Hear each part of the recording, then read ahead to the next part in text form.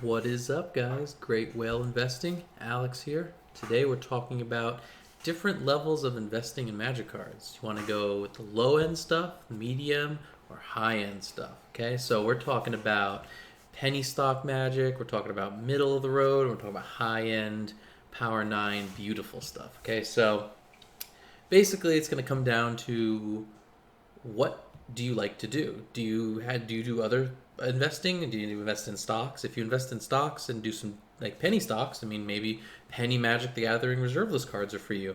If you like to, buy bigger items that are more, expensive or elaborate, maybe more blue chippy, maybe it's you invest in higher end Magic cards.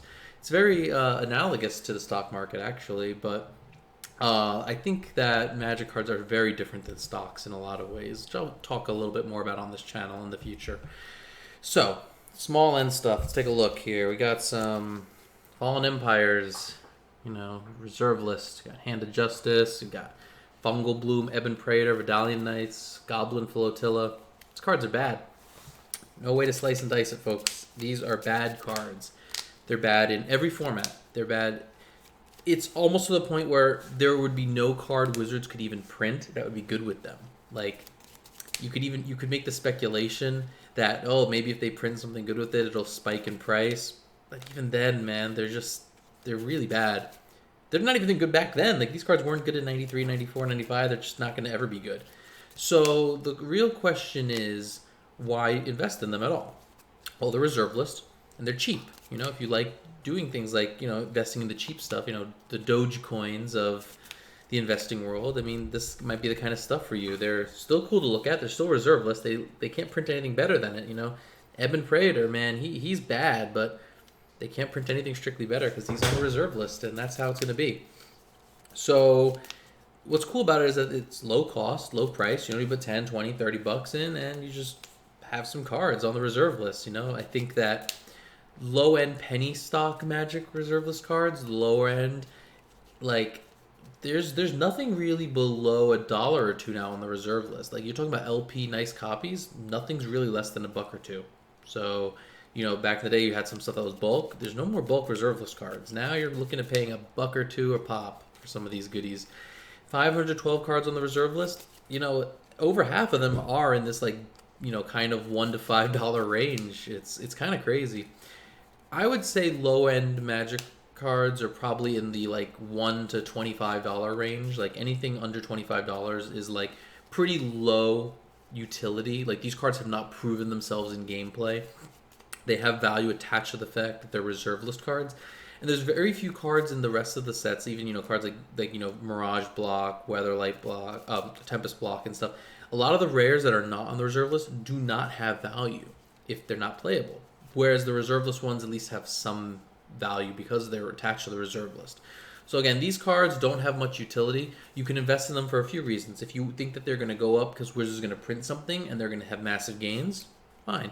If you're don't have a lot of money to spend on investing and you just want to put 10, 20 bucks and see where the chips lie, that's something you could do also. So penny stocks, small end, low end stuff.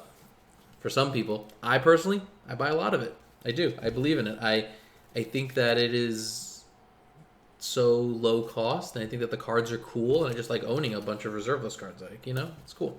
So next we have the middle of the road stuff. Here we go. Check out some Urza's block stuff. Got Palinchron, Memory Jar, Yawgmoth's Will, Tolarian Academy, and the old Time Spiral. Okay?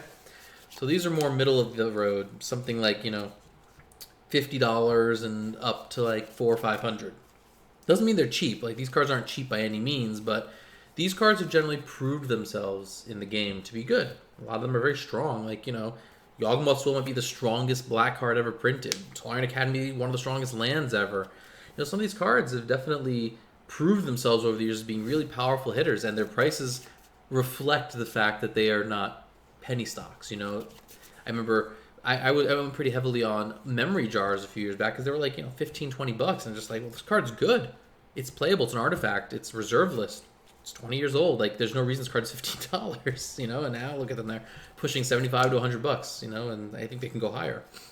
So many of these cards here have gone through massive price increases because they're good reserveless cards. These have utility. These cards are usable in EDH. They're playable in different formats, and they have nostalgia. They have power level, and they're appealing. And frankly, a lot of them are still too cheap. A lot of these are still undervalued, despite the fact that they've spiked recently. So middle-end reserveless cards are cool because there's less risk involved. You'll always find a buyer for time spirals and stuff like that. And I think that they're just great investments overall. I buy them all the time. And even though I'm buying them at all-time highs, I remember we used to sell time spirals for 40, 50, 60 bucks. Now I'm buying them for 150, 160, 180, like depending on condition. Like I'm just buying them. Buying them for 4 times what I sold them for a few years ago. A few years ago, if I just did nothing and didn't sell anything and just relaxed, I would have more today. It's harsh to think about, but it is what it is. And I think that there's a lot of room to grow on cards like this because they have the playability and they're scarce. So these are cards that if you have a little bit more money lying around, you want to drop a few $100s, this definitely not much better you can do on Magic than some quality reserveless cards that have playability. There's quite a few of them that are underrated. There's a couple other videos on my channel I'm going to be talking about which ones I think are underrated. So yeah, middle of the road reserveless cards, great purchase. Lastly, we're going to go to high end. Look at this. Alpha Rare, Reduran Enchantress. Beautiful. It's a nice condition one too. Alpha Rare. She's not on the reserve list, but Alpha Rares really will stand the test of time. Only 1,100 printed. Half of them are probably destroyed. So you're looking at like maybe 1 of 500 left. In this condition, this is definitely on the better half of them. So like, these cards are gold. Beta Rares. Beta 2. Just wonderful, wonderful stuff. Cyclopean Tomb, Force Field. Beta Rares. They're hard to find. Any condition, really. I mean, the better the condition, the better value it's going to have in the long run. But I really like just any version of them. If you can find beat-up ones because you can't afford them as much in nice condition, so be it. I think their alpha and beta cards are still criminally undervalued, and they're getting snatched up fast on the marketplace. As a lot of people have that whole invest in the higher-end stuff. This would be the Bitcoin compared to the Dogecoin investors, okay? And these are definitely not going down. Here, unlimited. Here's some unlimited duels. Here's this is actually the only artwork for Drew Tucker, his plateau. It's the only way you can get this artwork is through these. So in white border, I think that these are going to be. I don't want to say these are going to be as high as beta is now, although they could be. They're approaching there rapidly. I think that Unlimited is still a great buy. I think that they're very cheap. They're by comparison. Again, this is all by comparison. They're to their supply. I mean, these were in the same box as a Black Lotus at one point. Okay, like that's just so cool to me. I think that Unlimited has a lot of room to grow. These are definitely on the higher end stuff. This is higher end investing.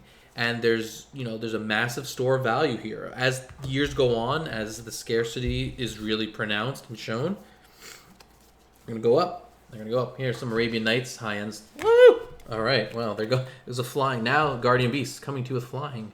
Okay, so Guardian Beast, Bazaar Baghdad, Shahrazad, Drop of Honey.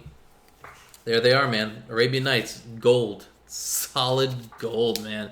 These cards are all actually worth more than their weight in gold. Believe it or not. So, yeah, I think these cards have a huge potential to go up over time.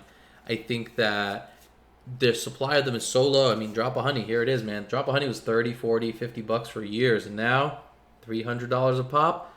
After that GP, boom. Now we're looking at like close to $1,000 for nice, clean copies. So, there's less of these than there are Black Lotuses.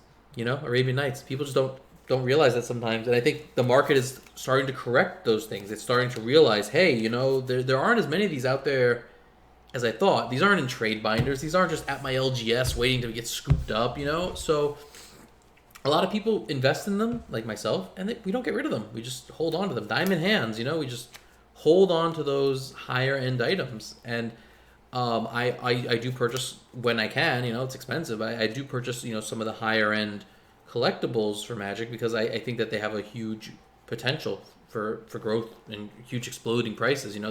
These kind of cards are definitely capable of just exploding in price. I mean, look at something like Null Rod, for instance. Null Rod was $50, for a while. Before that it was like 20. I remember selling a bunch for 20, 30, $40.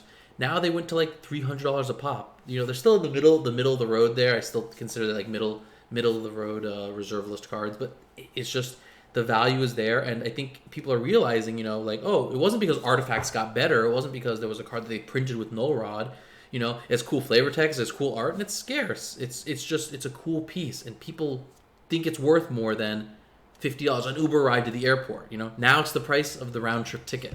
Okay, now you see. So I think that as time goes on, all these cards are just great investments. If you have some money, throw it in some reserve list cards, whichever is your fancy. Small end, medium end, high end. You can't really go wrong, man. There's just a lot of good stuff to it. I keep a lot of these stored together. I keep the Vidalian Knights, right next to the Drop of Honeys and Bizarre Bagdads, So what do you like to invest in? What are some of the cards you have? Do you have a preference for low end, medium, high end? Love to hear about it in the comments. And thanks for watching.